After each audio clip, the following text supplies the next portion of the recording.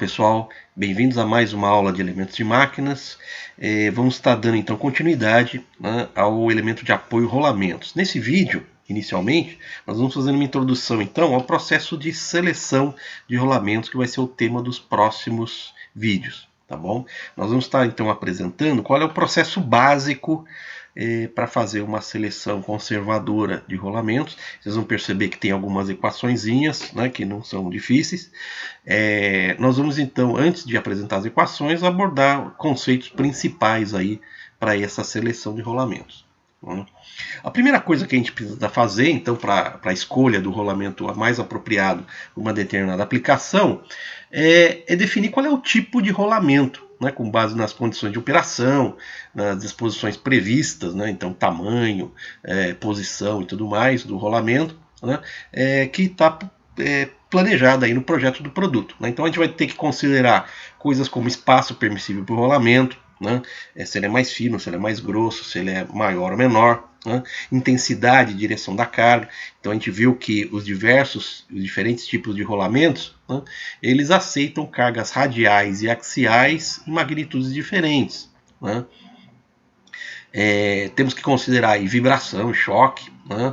Velocidade de rotação. Então nós vimos, por exemplo, que o rolamento de uma carreira de esferas, ele aceita uma velocidade maior, por exemplo, do que um rolamento de rolos, né? E por aí vai. Temos que considerar o desalinhamento dos anéis interno e externo. Então vimos que alguns tipos de rolamentos, né, que são chamados autocompensadores, eles compensam eventuais desalinhamentos entre os anéis internos e externos, né? Dificuldade de instalação e remoção, por exemplo, o rolamento de rolos cônicos, né? Ele pode ser desmontado muito mais facilmente, facilitando a sua montagem.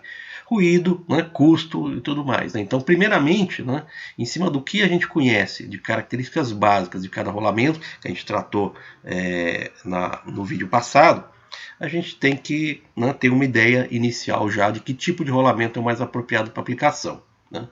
Então, nessa tabelinha, né, disponível no catálogo, nos catálogos dos fabricantes, a gente consegue então fazer um comparativo de algumas características dos rolamentos, tanto em termos de carga, na capacidade de carga axial e carga radial. Percebemos, por exemplo, que o rolamento fixo de uma carreira de esferas, ele suporta uma carga, né, comparativamente menor do que os outros rolamentos, né? O autocompensador de rolos é o que aceita maior capacidade de carga radial, né? E por outro lado, carga axial também, eles variam, nos rolamentos eles variam com relação às suas capacidades. Mesma coisa com velocidade, né? O fixo de esferas ele aceita uma velocidade maior, né, do que, por exemplo, os axiais de esferas ou mesmo os de rolos, né? Então, com base nessas características, primeiramente eu seleciono o tipo de rolamento. A segunda coisa, então, após definido o rolamento, eu vou definir o tamanho dele, né? E o tamanho do rolamento, né, ele vai estar diretamente relacionado aí ao desempenho dele, né, na situação que eu quero estar aplicando. Então a gente vai ter que considerar coisas como a vida esperada do equipamento, né, a carga dinâmica ou estática, né, que esse rolamento vai ter que suportar, velocidade de rotação, né, capacidade de carga estática permissível, dependendo do tipo de critério que eu uso para fazer a seleção do rolamento. Então tem alguns conceitos, né? Então antes de mostrar as equações, a gente vai ter que entender do que se trata esses conceitos aqui, ó. Com base então nessa composição, né, a gente vai estar definindo qual é a vida nominal esperada do rolamento, né, que tem que ser compatível com a vida esperada do equipamento, né? Então essa é a base do dimensionamento aí do rolamento, né? Com base no seu tipo e tamanho, eu tenho que ter certeza que esse rolamento vai estar apropriado aqui, ó, né, em termos de vida e desempenho esperado, né, compatível com o equipamento que ele vai estar sendo aplicado. Além disso, existem outras coisas, né? Existe lubrificante, método de alimentação lubrificante, se é óleo, se é graxa, né? Tolerâncias dimensionais, né, de ajuste, né, do eixo e carcaça. A gente não vai estar abordando em detalhe isso aqui não, né, mas uma coisa importante. Nível de contaminação, dependendo do nível de contaminação, a vida do rolamento ela pode ser muito estendida, né? E os fabricantes normalmente eles utilizam esse conceito aqui para melhorar a estimativa de vida útil do rolamento, né? E por aí vai. Tem outras coisas como vedação, método de montagem e manutenção, entre outras coisas aí, né? Basicamente, os critérios de seleção e dimensão do rolamento, eles podem ser feitos de duas maneiras diferentes, né? Pode ser feito com relação à vida nominal do rolamento, né? Ou pode ser feito com base na carga estática, né? Nós vamos estar mostrando para vocês essas duas maneiras aqui, ó.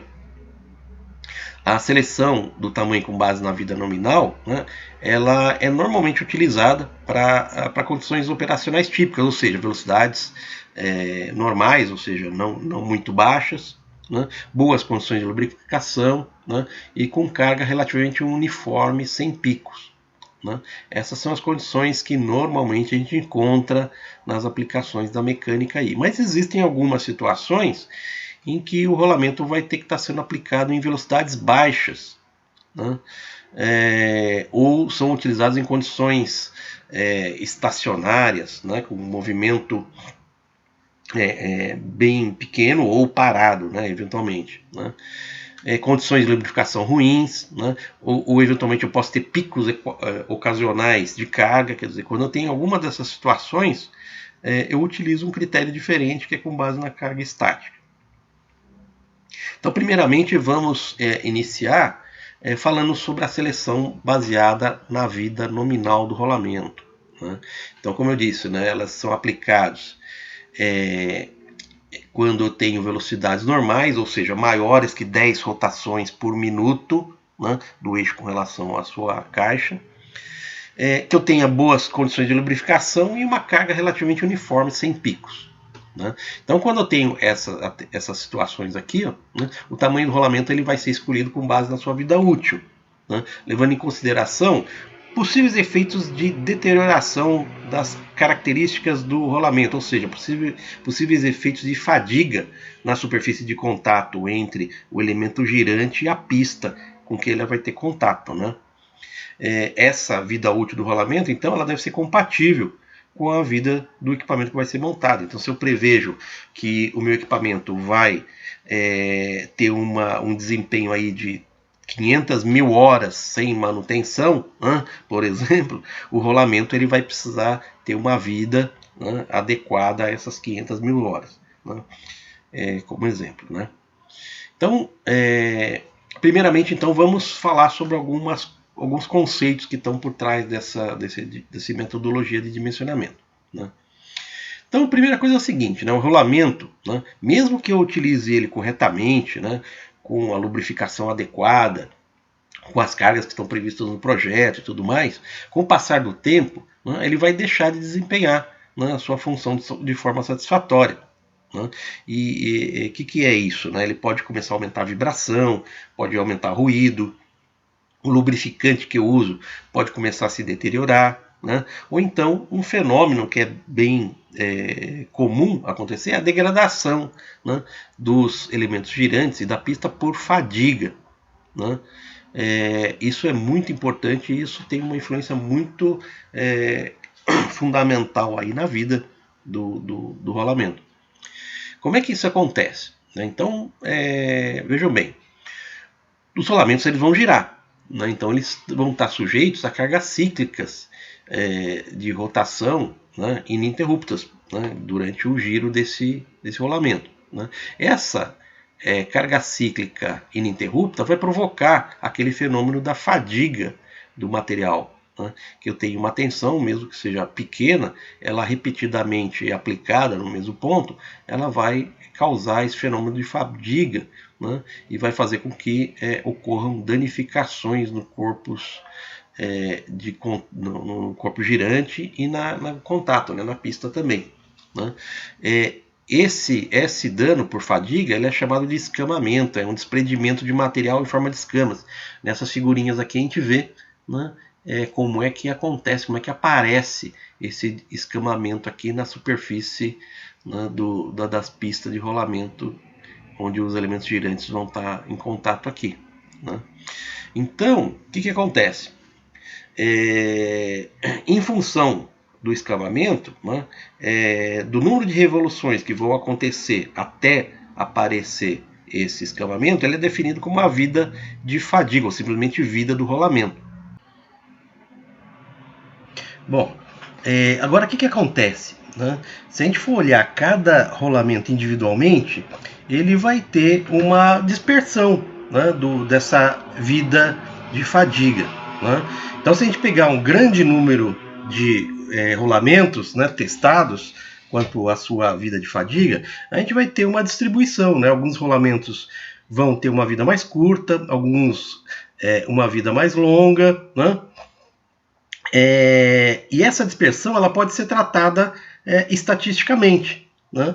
Então a gente define vida nominal, né, o símbolo L10, né, como o número de revoluções, né, voltas, ou horas de operação, é uma outra jeito que a gente pode representar isso, essa vida, de um lote de rolamentos, né, idênticos, né, que pode girar sem apresentar esse escamamento, né, em 90% dos rolamentos. Né? Então a vida nominal L10, né, a gente considera que se a gente ensaiar um número grande de rolamentos, 90% desses rolamentos não vão apresentar esse defeito de fadiga que é o escamamento.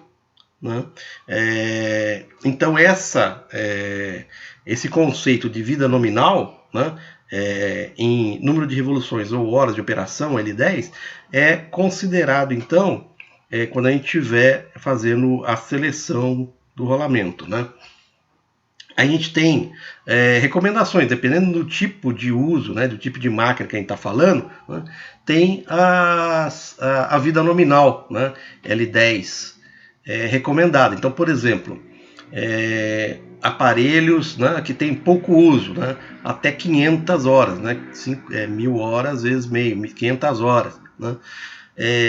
Por exemplo, se eu tenho uma máquina, né, que trabalha 8 horas, né, utilizadas integralmente as 8 horas, né, de trabalho por dia, né, existe a recomendação aí de 20.000 a 30.000 horas de funcionamento. Isso aqui são referências de um livro de elementos de máquina do Stigler, que é bem tradicional aí. Né? Então, dependendo do tipo de operação da máquina, tem uma vida recomendada. Os próprios fabricantes, eles dão também as orientações. Né? Isso aqui é retirado de um catálogo geral da SKF, que é um fabricante de rolamentos, que também discrimina aí, né, dá sugestão de horas de vida útil dependendo do tipo de máquina. Né? Máquinas domésticas, até 3.000 horas de funcionamento, até máquinas para fornalhas rotativas, para outras utilizações, de 60.000 a 100.000 horas e por aí vai. Né?